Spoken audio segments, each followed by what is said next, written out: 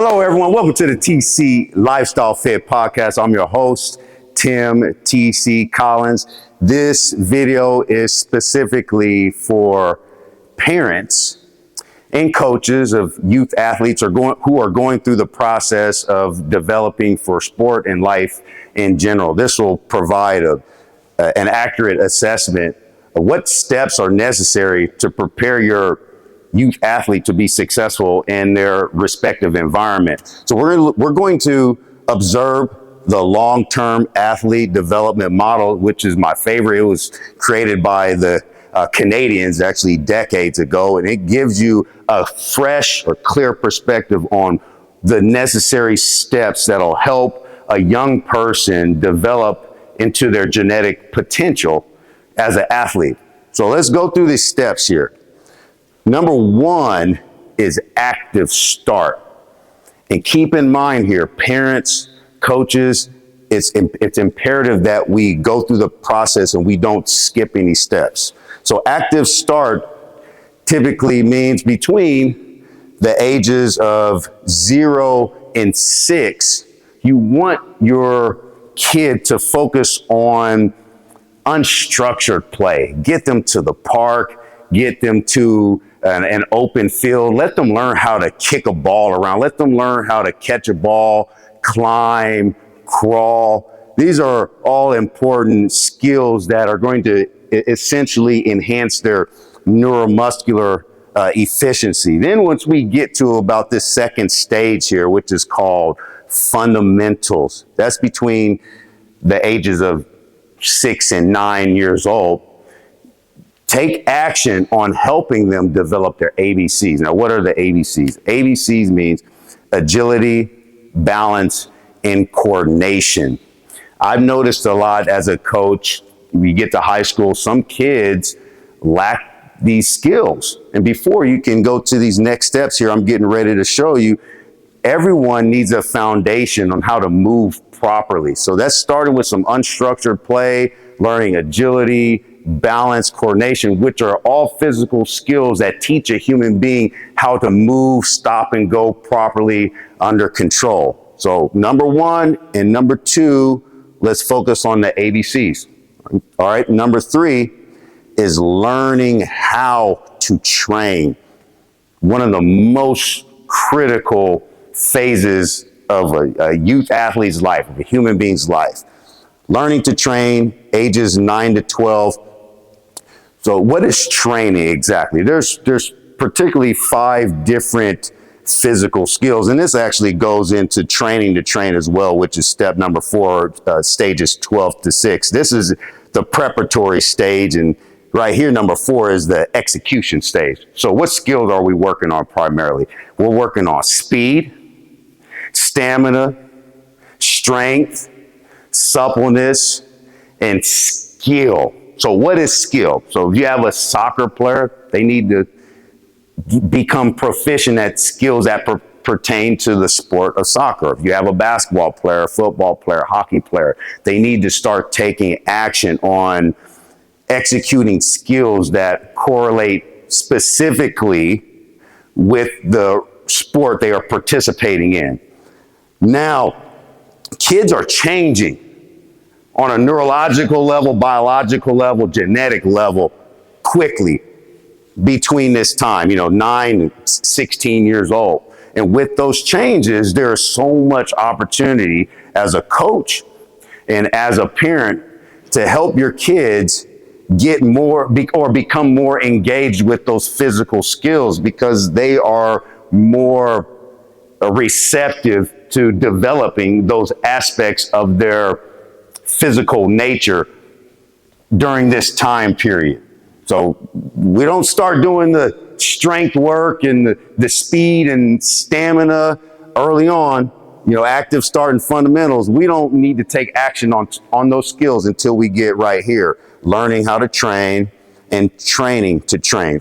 So I'll say it one more time. You're doing strength, stamina, speed, skill, suppleness. Oh yeah, suppleness, if you're not familiar with what that means, it means just the flexibility, being mobile, being able to get your body in a good position to explode and train and move dynamically. Okay, now we're going to step 5 right here. Step 5 is learning to compete. Step number 6 is training to compete. So we'll talk about these stages together because they're similar. So 16 to 18 years old, 18 to 21 years old. So what is learning to compete? There's so many different point of views on competition. Here's my perspective. What is competition? If you look up the Latin term of what competition truly means, it's competire, which means striving together. I've seen so many times, you go to all these circuits, these AAU basketball tournaments and these high profile football tournaments. We focus too much on this competition. We need to concentrate early on the fundamentals. We focus on this competition too early. That doesn't come until the kids start getting about high school, later after junior high. Because what competition does, it's not necessarily about gaining the edge over other people.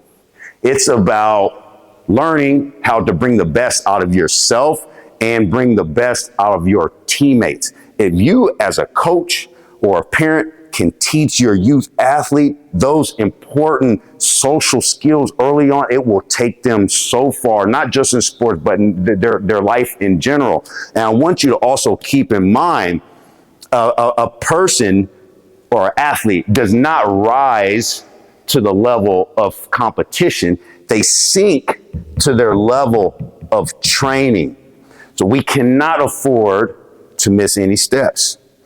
So far we've covered active start, fundamentals.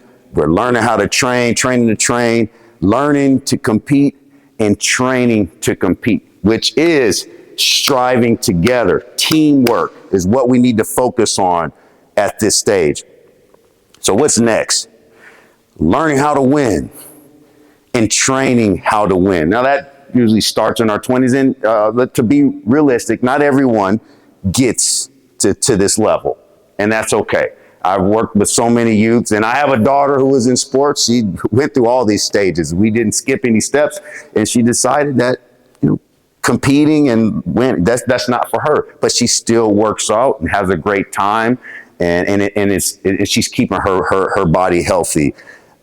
But learning to win, my point of view, my perspective, is not always about coming first place or coming in last place. It's what are you doing every day to make yourself better? What are you doing every day to help those around you to improve? Yes, you get to college or professional level, which is which those areas have a high emphasis on winning, because that's your livelihood.